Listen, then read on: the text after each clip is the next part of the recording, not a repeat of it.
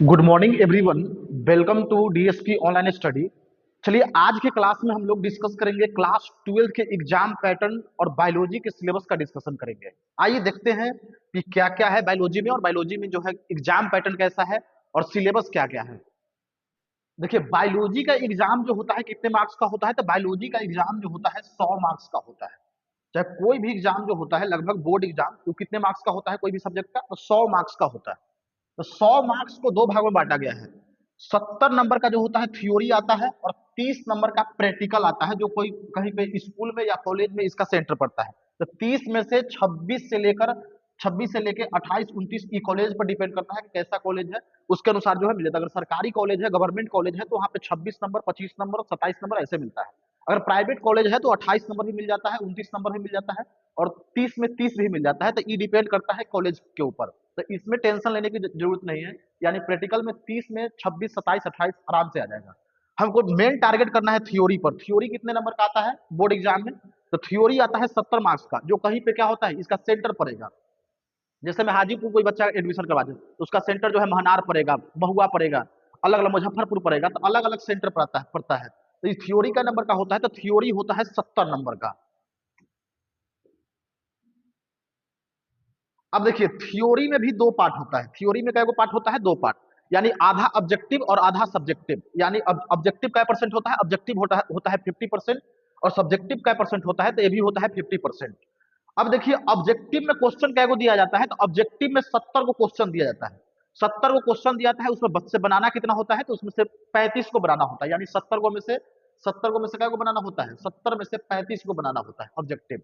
और सब्जेक्टिव क्या रहता है, तो सब्जेक्टिव भी 50% आता है, यानी आधा ऑब्जेक्टिव आधा सब्जेक्टिव। इसमें दो टाइप्स के क्वेश्चन रहता है, एक होता है शॉर्ट क्वेश्चन 2 नंबर वाला, एक होता है 5 नंबर वाला। तो इसमें से 2 नंबर वाला क्वेश्चन यानी शॉर्ट क्वेश्चन जो है 20 को पूछा जाता है 20 को, लेकिन जवाब क्या को देना है, जवाब देना है 10 को जवाब देना है। तो कई नंबर का हो गया, 10 दूना 20 नंबर का। फिर लॉन्ग आंसर क्वेश्चन जो है 6 को पूछा जाता है, जिसमें जवाब क्या को देना होता है, तीनों का जवाब देना होता है। तो 5 ये कितना हो गया, 15 नंबर। तो 20 और 15 कितना हो गया, 35। ऑब्जेक्टिव में 35, तो 35 35 कितना हो गया, 70। तो 70 नंबर ही आएगा कहां से, बायोलॉजी में। बायोलॉजी का क्या क्या सिलेबस है, तो बायोलॉजी में जो है 5 गो यूनिट पढ़ना है। टोटल चैप्टर कितना है, टोटल चैप्टर जो है 16 चैप्टर है, यानी 16 गो चैप्टर है। 16 गो चैप्टर, यूनिट क्या है 5 गो। अब देखिए यूनिट किसको बोलते हैं, तो चैप्टरों के समूह को, a group of chapter is called unit. यानी चैप्टर के समूह को ही क्या बोलते हैं, यूनिट। जैसे पहला यूनिट है, तो पहला यूनिट में 4 गो चैप्टर है, यानी यूनिट। एक यूनिट किसको बोले, जैसे एक यूनिट में जो होता है बहुत सारे चैप्टर होते हैं, बहुत सारे चैप्टर होता है, उसी को क्या बोलते हैं, उसी को बोलते हैं यूनिट। तो पहला यूनिट है सेक्सुअल रिप्रोडक्शन। क्या है, सेक्सुअल रिप्रोडक्शन। पहला यूनिट में जो है टोटल क्या चैप्टर है, 4 गो चैप्टर है। पहला यूनिट से क्वेश्चन कितने मार्क्स का क्वेश्चन आता है, तो पहला यूनिट से जो है 16 मार्क्स का क्वेश्चन आता है। कितने मार्क्स का क्वेश्चन आता है, 16 मार्क्स के। पहला चैप्टर क्या है, पहला चैप्टर है जीवों में जनन, यानी रिप्रोडक्शन इन ऑर्गेनिज्म। दूसरा क्या है, पुष्पी पापों में लैंगिक जनन, यानी sexual reproduction in flowering plants. इसके बाद है मानव जनन, यानी ह्यूमन रिप्रोडक्शन। इसके बाद है जनन स्वास्थ्य, यानी रिप्रोडक्टिव हेल्थ। टोटल पहला यूनिट से क्या नंबर का क्वेश्चन आएगा, तो 4 चैप्टर पढ़ेंगे तब जाके हम लोग को कितना मार्क्स आएगा, 16 नंबर आएगा। लगभग चैप्टर, 4 चैप्टर क्या महीना तक चलेगा, तो लगभग यह 4 चैप्टर जो है 3 मंथ्स, यानी 3 महीना तक चलेगा लगभग। जीवों में जनन, यानी हम लोग को जनन के बारे में पढ़ना है कि प्रजनन क्या होता है, प्रजनन कितने प्रकार का होता है। फिर इसके बाद पुष्पी पात्रों में लैंगिक जन, यानी फूल वाले पौधा में, यानी sexual reproduction in flowering plant. फूल वाले पौधा में लैंगिक जन किस प्रकार होता है उसके बारे में पढ़ना है। फिर ह्यूमन हेल्थ, ह्यूमन रिप्रोडक्शन, यानी मानव जनन, मानव मानव प्रजनन क्या होता है, मादा प्रजनन क्या होता है, ये सारा का सारा किसमें पढ़ना है, चैप्टर 3 में। फिर जनन स्वास्थ्य, यानी रिप्रोडक्टिव हेल्थ, यानी जो रिप्रोडक्शन से जुड़ा बीमारी है उसके बारे में भी किसमें पढ़ना है, चैप्टर 4 में पढ़ना है। अब इसके बाद देखिए दूसरा यूनिट क्या है, दूसरा यूनिट है जेनेटिक्स एंड इवोल्यूशन। इससे जो है सबसे ज्यादा एग्जाम में क्वेश्चन पूछा जाता है। इससे 20 मार्क्स का क्वेश्चन जो है पूछा जाता है, किससे, यूनिट 2 से। इसमें टोटल क्या चैप्टर है, तो इसमें टोटल 3 चैप्टर है, 5 6 7। पहला चैप्टर कौन है, वंशागति एवं विविधता के सिद्धांत, यानी principle of inheritance and variation. दूसरा क्या है, वंशागति का आणविक आधार, यानी मॉलिक्यूलर बेसिस ऑफ इनहेरिटेंस। तीसरा कौन है, क्रम विकास, यानी इवोल्यूशन। इसमें टोटल 3 को चैप्टर पढ़ना है, 5 6 7, जिससे कै नंबर का प्रश्न आएगा, 20 मार्क्स का प्रश्न आएगा। पहला यूनिट से कितने मार्क्स का आएगा, 16 मार्क्स का। पहला यूनिट में क्या पढ़ना है, कितने चैप्टर पढ़ना है, तो 4 चैप्टर पढ़ना है। अब इसके बाद देखिए यूनिट थर्ड क्या है? तो यूनिट थर्ड है बायोलॉजी एंड ह्यूमन वेलफेयर। इससे जो है 12 मार्क्स के क्वेश्चन आता है एग्जाम में। पहला इसमें क्या चैप्टर है? तो इसमें भी 3 गो चैप्टर है, 8 9 10, यानी टोटल चैप्टर क्या है? 3 गो है। चैप्टर के समूह को ही क्या बोलते हैं? यूनिट बोलते हैं। तो पहला कौन चैप्टर है? मानव स्वास्थ्य एवं रोग, यानी ह्यूमन हेल्थ एंड डिजीज।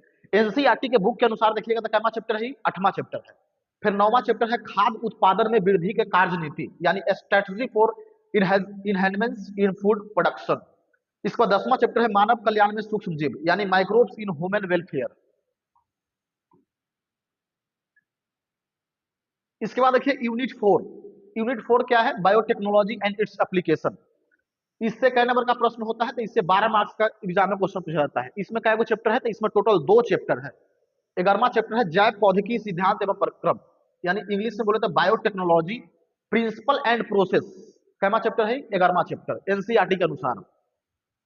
फिर 12वां चैप्टर कौन है? जैव प्रौद्योगिकी एवं उसके उपयोग, यानी बायोटेक्नोलॉजी एंड इट्स एप्लीकेशन, यानी बायोटेक्नोलॉजी का प्रयोग जो होता है कहां कहां पे किया जाता है, ये किसमें पढ़ना है? ये पढ़ना है 12वां चैप्टर में। यूनिट कौन सा है? यूनिट है 4th। इसके बाद देखिए लास्ट यूनिट है 5वां यूनिट। तो इससे क्या नंबर का प्रश्न आता है? तो 12 मार्क्स का प्रश्न आता है। इसमें टोटल क्या चैप्टर है? तो इसमें टोटल जो है 4 चैप्टर है, 13 14 15 और 16। 13वां चैप्टर क्या है? ऑर्गेनिज्म एंड पॉपुलेशन, यानी जैव और समष्टयाय। 14वां कौन है? पारिस्थितिक तंत्र या परितंत्र, यानी इकोसिस्टम।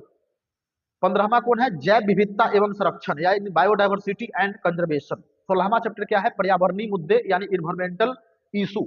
हमारे पर्यावरण में कौन कौन इशू होता है, मुद्दे रहते हैं, उसके बारे में डिस्कशन कब कौन सा चैप्टर में करना है? 16वां चैप्टर में। तो टोटल क्लास 12 में बायोलॉजी के कितने यूनिट है? बायोलॉजी के टोटल जो है 5 यूनिट है, जिससे जो है उसमें चैप्टर कितना है? तो उसमें जो है चैप्टर 16 चैप्टर है। हम लोग अगले क्लास में स्टार्ट करेंगे फर्स्ट यूनिट को, रिप्रोडक्शन को स्टार्ट करेंगे। धन्यवाद।